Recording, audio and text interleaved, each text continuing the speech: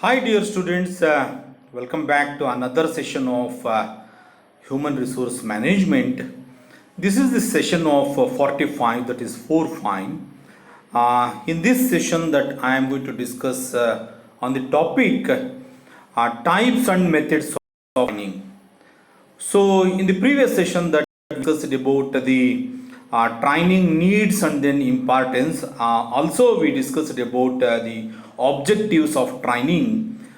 Here in this session, that we are going to discuss elaborately that what are those types and then what are those methods that a training must have and then which are followed by the organization and also the companies.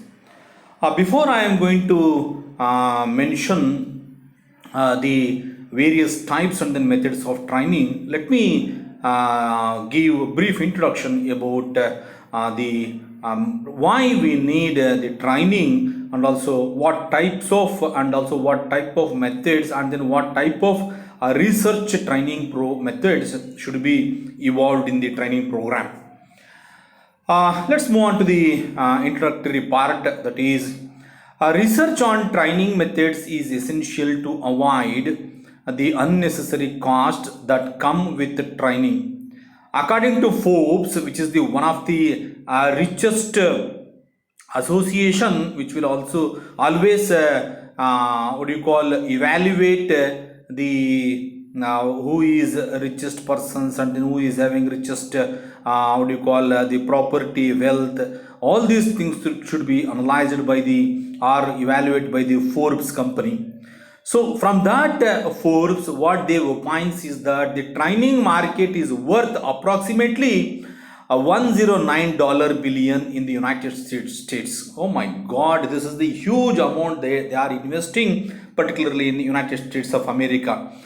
See, this is one company, Forbes, that is in the world. They are going to what do you call adjudicate, or they are going to analyze the top 10 richest people and then the top 10 the wealthiest person and then the top 10 richest tourism spots that they are going to identify by the Forbes. Forbes is one journal. I think I am following by through in social media, which is one journal. What do you call? Apparently, it will give good quality information to the stakeholders. So, what according to the Forbes are they are telling that there is a market which is all about a training market, and then in that training market, United States of America is going to invest nearly $109 billion towards training market, which is not easy one. Nonetheless, no other country are going to be invest these types of amount to the training market. Therefore, the task of researchers are to research and define the best methods to present the information to the targeted trainers, as well as to find the right approach to the investing in the project management training. One excellent study that explores such training methods is Training Methods, a Review and Analysis, which is one of the finest books that also I have gone through by getting from the shop. So this is one book which will always explores the excellent training, what do you call the market, particularly what type of types and then what type of methods having in the training program. This book is explores in this way. The authors of this article performed an integrative review of some of the most popular training methods. In addition to defining the core methods for training, the study does the following. There are two factors the this book is analyzed. Number one is which will define the key characteristics of the chosen types of training methods, and the second one is research the condition in which the training methods are most suitable. This is what there in book that is the entitled Training Methods, a Review and the Analysis. So these are all the two factors that I have said to you people, that based on the author's research questions, the study came up with the following information. That's crucial for successful training. All this information is based on the exhaustive list of 13 core methods where I have listed in my next PPT. So here these are all the types and methods of training. I mentioned only point wise. While I am taking one by one, I will elaborate what it is all about in detail. So let's list out that point let me say what are those points that we will come across to learn as a type and methods of training. Number one is case study. Number two is games based training. Number three is internship. Number four is job rotation. Number five is job shadowing. Number six is lecture. Number seven is mentoring and apprenticeship. Number eight is programmed instruction. And then ninth one is role modeling. 10th one is role play. 11th one is the simulation. And the next one is stimulus based training. And then the last one is team training. So these are all the 13 types and methods of training. Let's discuss one by one what it is all about. First one is case study. The case study is a proven method for training and is known to effectively boost learner motivation. However, when learners lack access to the resources necessary to completing a case study, or if the project becomes a challenge, their motivation and then learning will be hindered.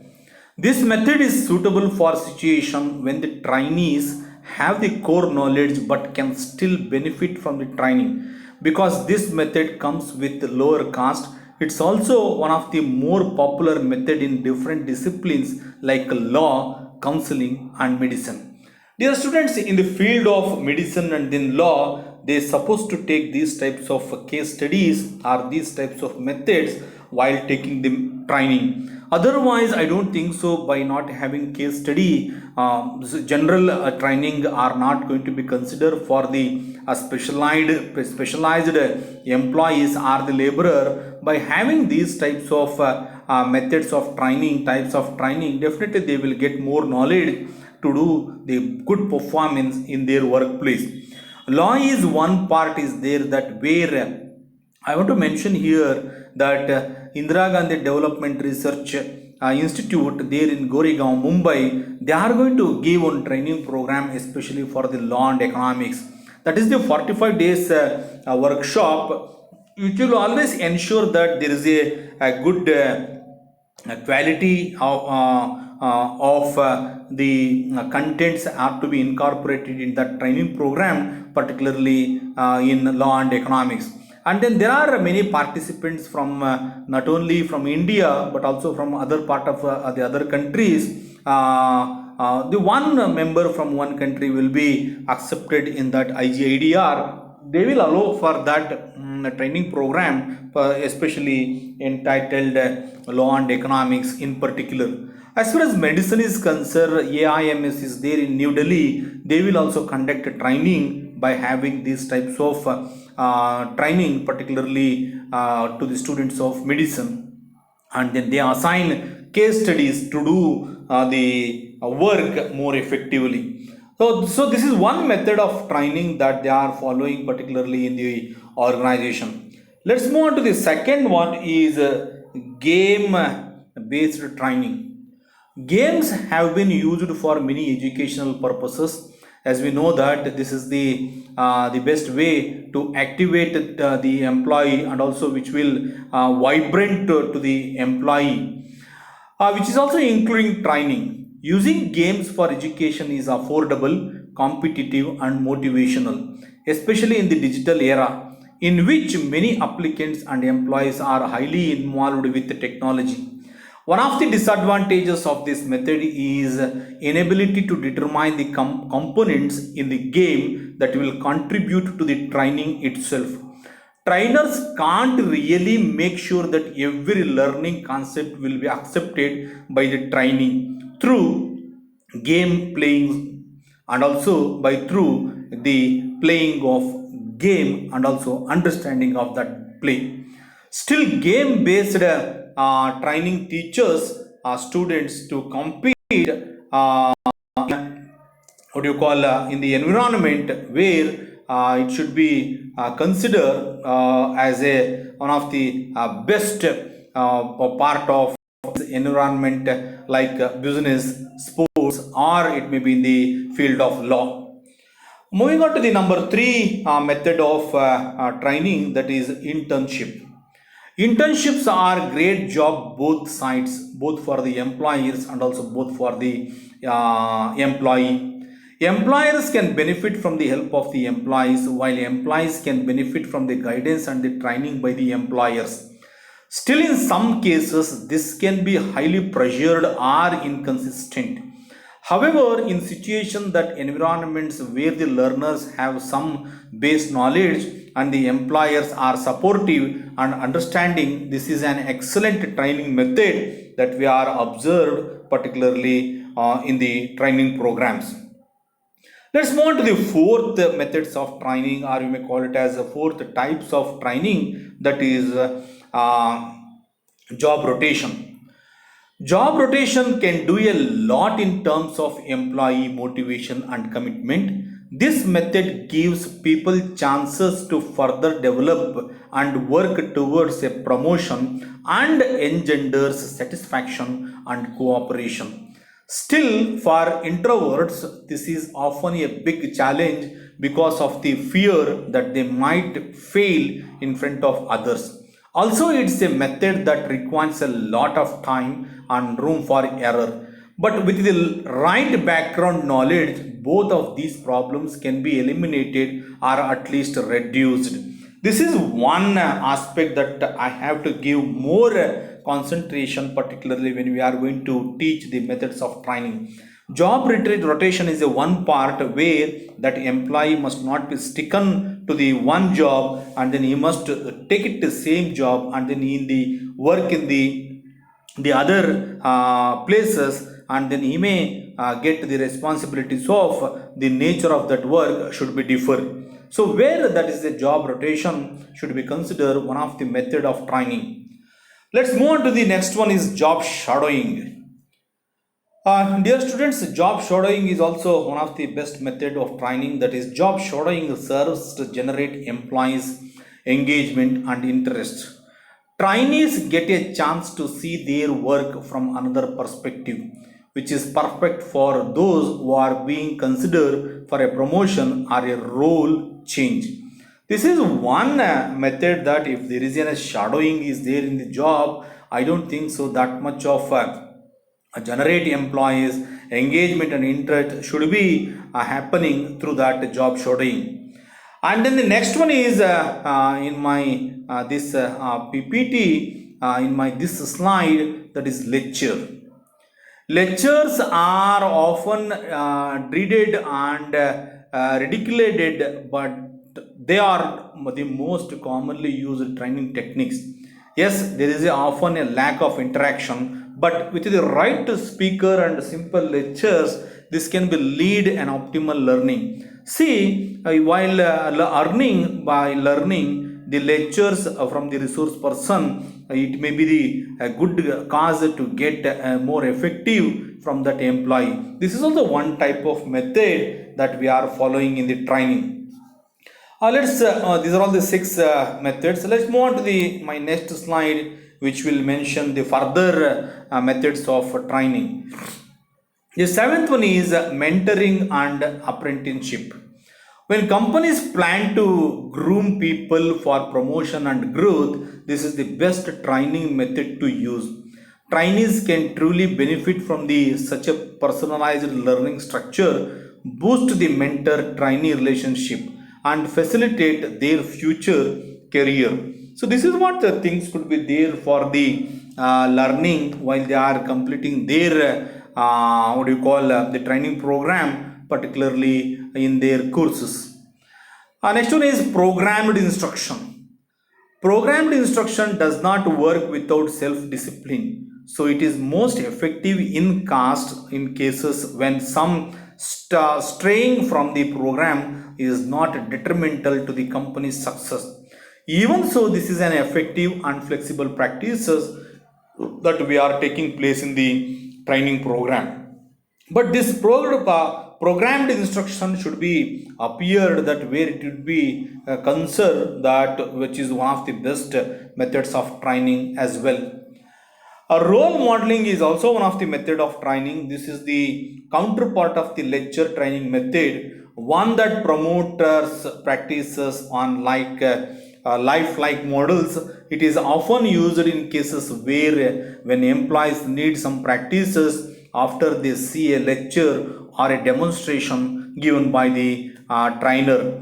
See, this is the one road modeling is there. Say, for example, in the companies, as far as the industries are concerned, if some ancillary units are looking towards Infosys or Wipro, that is the role modeling organization which will look upon by the other companies, and also they will think that we will do such types of work where we are going to reach, or where we are going to nearness to the Infosys and then Wipro. So these types of role modeling should be considered particularly in the methods of training.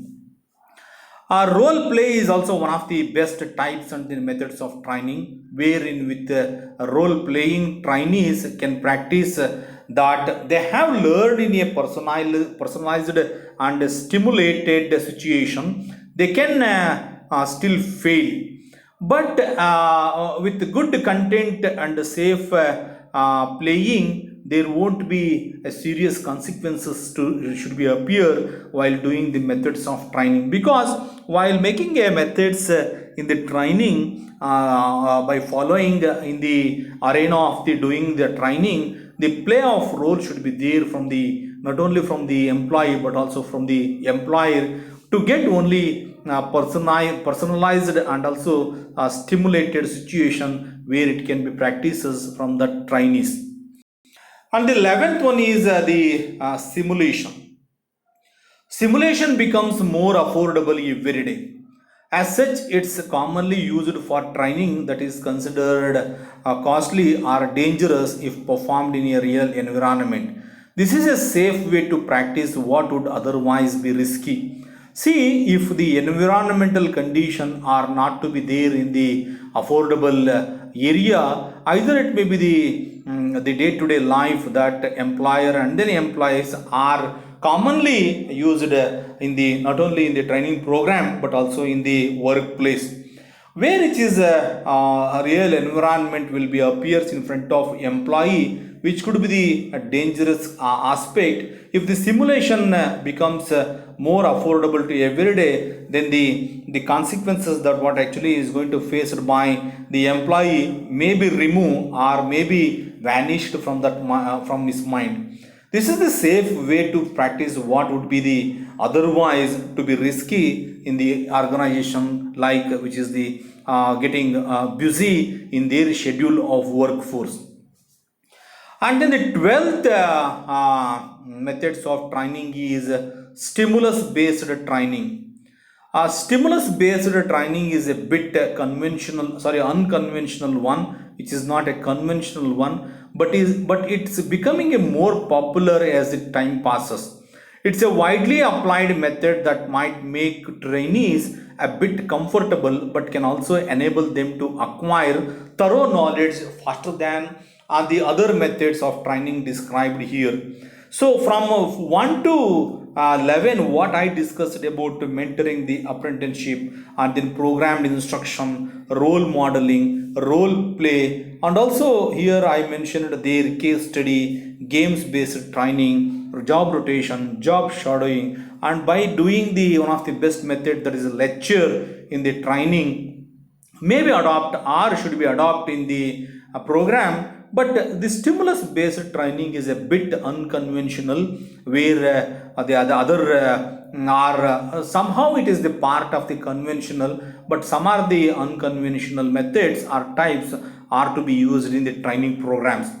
But it's becoming a more popular as time passes, when the other the people, not only the people but also the employee or the candidate are using these types of stimulus based training.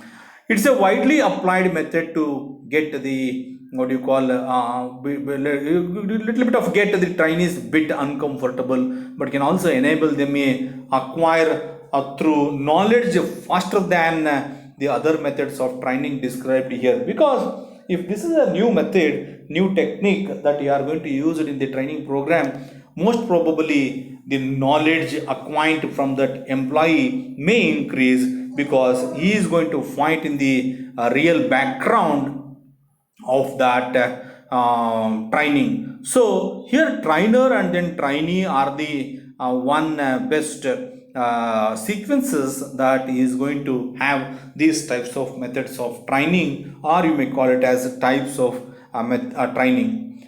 So last one is the team training. Team training is a big and important goal to connect a team. As such, it does not focus on trainees as individuals like the previously discussed methods. Rather, this method is used to connect team members and make them more engaged in their training and work. See, this is one type of training that where the team building or capacity building has to be taken over in that training. So this is also one type of and methods of training, as we all said, which is last one, but it is also not a least one. Team training is a one aspect where it is to be considered as the pivotal role, or it is a vital role played in the training, because team training is one gathering the 10 to 12 members, or gathering the 10 to 15 members to that training, and then give simultaneous program training to the employee or to the candidates. The receiving end should be same, but the what do you call the resource person he remains same, but the receiving end may differ. It will be affect to the organization, or you may get the effectiveness of organization may becomes decrease. As such, it doesn't focus on trainees as individuals like the previously discussed methods.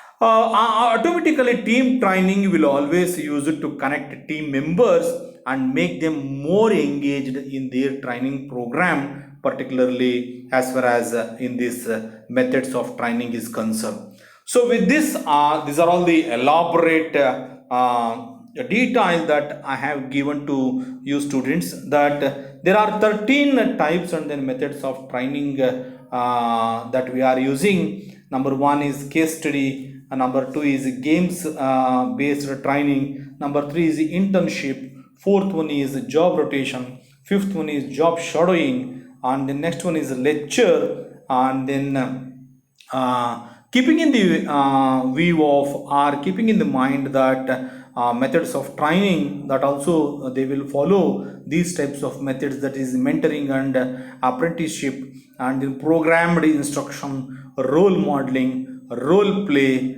simulation, stimulus based training, and then last one is team training. So these are all the types and methods of training, dear students. Please follow these methods of training, where in which that I covered all these types and methods of training, particularly by reading and then by collecting all this material in these references. So I took these sources as a reference. Once again, I want to read out, because this is the reference where that I went through, I gone through to prepare all my sessions. Only these six, but I went through nearly 26 to 30 books, and also in the website, and also in the online search, and also I followed InflipNet, and also I followed the online journals and also e-journals as well. This is one the work assigned by Department of Collegiate Education. They allotted me one paper to do the all the what do you call chapters, which is containing nearly 60 sessions.